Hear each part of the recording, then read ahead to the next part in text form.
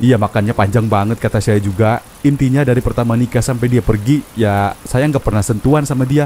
Jangankan sentuhan, ngobrol aja jarang. Berarti nggak tidur bareng gitu kayak suami istri? Iya Bu Dokter. Waduh, terus kamu masih perjaka gitu walaupun udah pernah nikah? Iya, Loh, kok aneh ya? gitulah. Allah, Astagfirullahaladzim. Hujan, Iya, Pan. iya Bu Dokter. Ngebut nggak apa-apa ya Bu Dokter ya? Iya, iya, iya.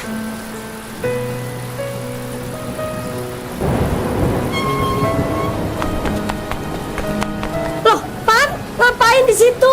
Ada petir. Nggak apa-apa Bu, di sini aja. Ntar kesambar petir loh. Sini aja masuk. Nggak usah Bu. Astagfirullahaladzim.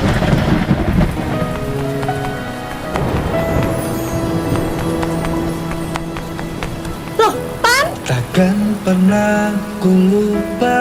Setelah kejadian hujan-hujanan itu, hidup Topan kayak ada semangat baru. Biasanya dia bangun siang kayak ayam kampung, salah jadwal, tapi sekarang alarm jam 5 pagi aja langsung bangun. Alasannya simpel. Siapa tahu bisa ketemu Bu Dokter di depan rumah sebelum berangkat kerja. Tetangga-tetangga mulai curiga. Ada yang nyeletuk, "Lah, si Topan kok sekarang rajin banget?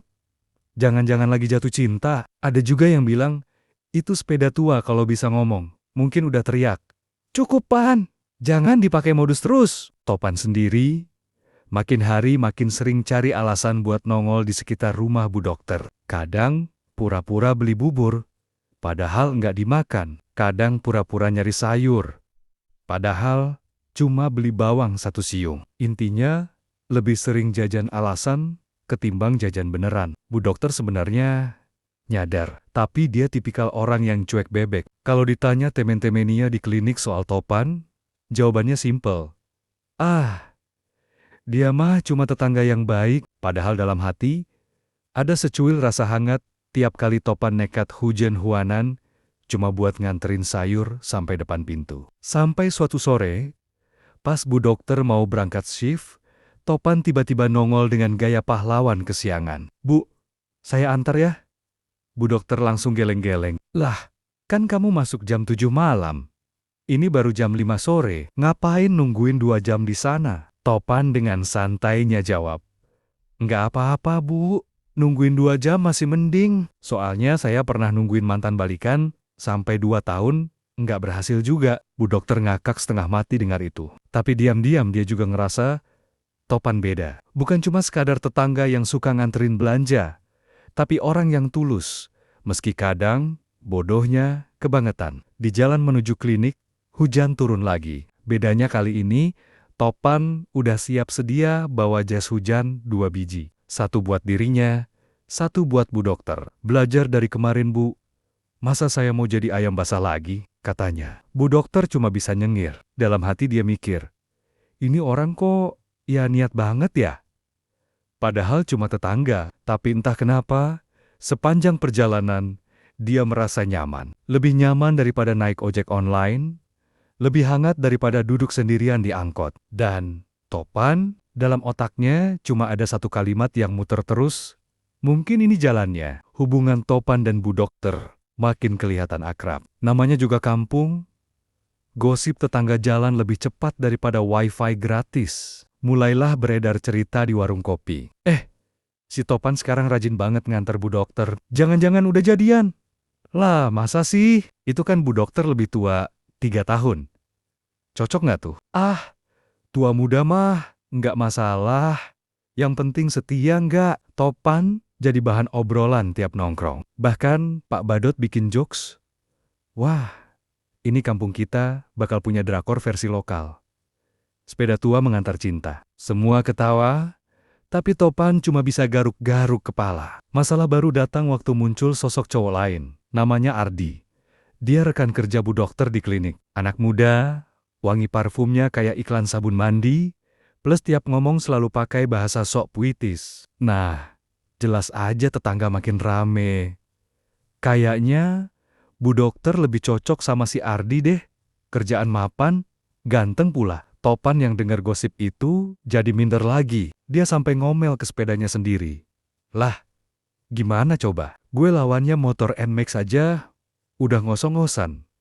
Ini malah lawannya mobil sedan. Suatu malam, kebetulan Topan ketemu Bu Dokter pulang bareng sama Ardi. Dari jauh kelihatan mereka ketawa-ketawa. Rasanya dada Topan langsung kayak ditonjok.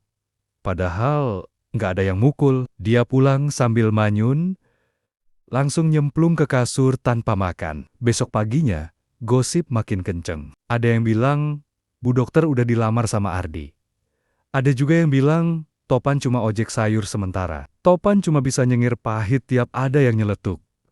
Tapi hatinya campur aduk. Namun, bukannya mundur, Topan justru mulai mikir keras. Dia sadar, kalau terus minder, ya selamanya cuma jadi figuran di kisah hidup Bu Dokter. Malam itu, dia ngerokok di teras rumah sambil ngomong ke dirinya sendiri, "Udahlah, Pan, mau kalah mau menang, yang penting lu berani ngomong, daripada nyesel lagi, kayak dulu." Setelah semalaman galau ditemani asap rokok dan suara jangkrik, Topan akhirnya bulatkan tekad. "Udah Pan, nggak bisa lagi cuma nganter sayur.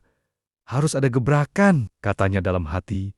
Gaya-gaya kayak mau kampanye caleg. Besoknya, dia bangun pagi buta, mandi pakai sabun, sampai wangi semerbak biasanya cuma cuci muka doang. Bajunya juga disetrika.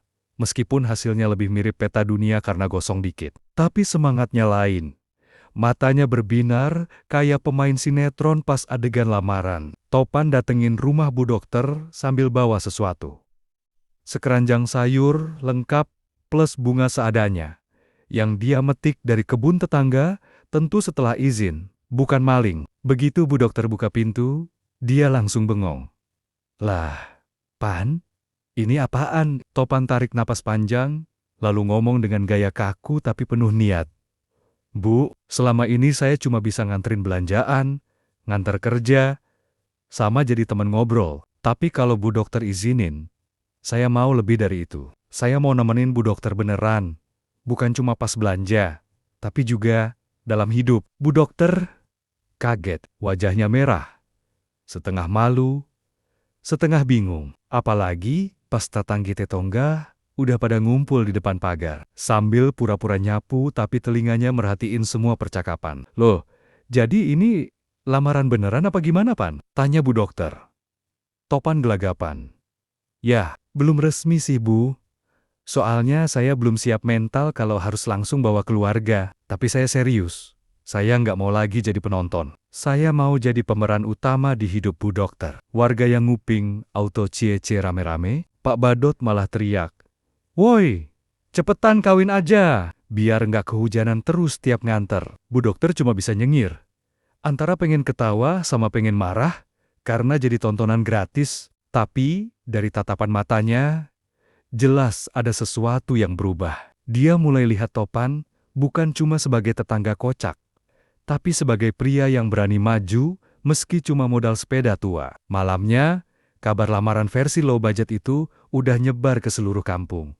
Ada yang pro, ada yang kontra. Ada yang bilang, "Wah, romantis banget." Ada juga yang nyeletuk, "Ngapain sih dokter cantik mau sama tukang sepeda?" Tapi bagi Topan, satu hal udah jelas, dia nggak mundur lagi.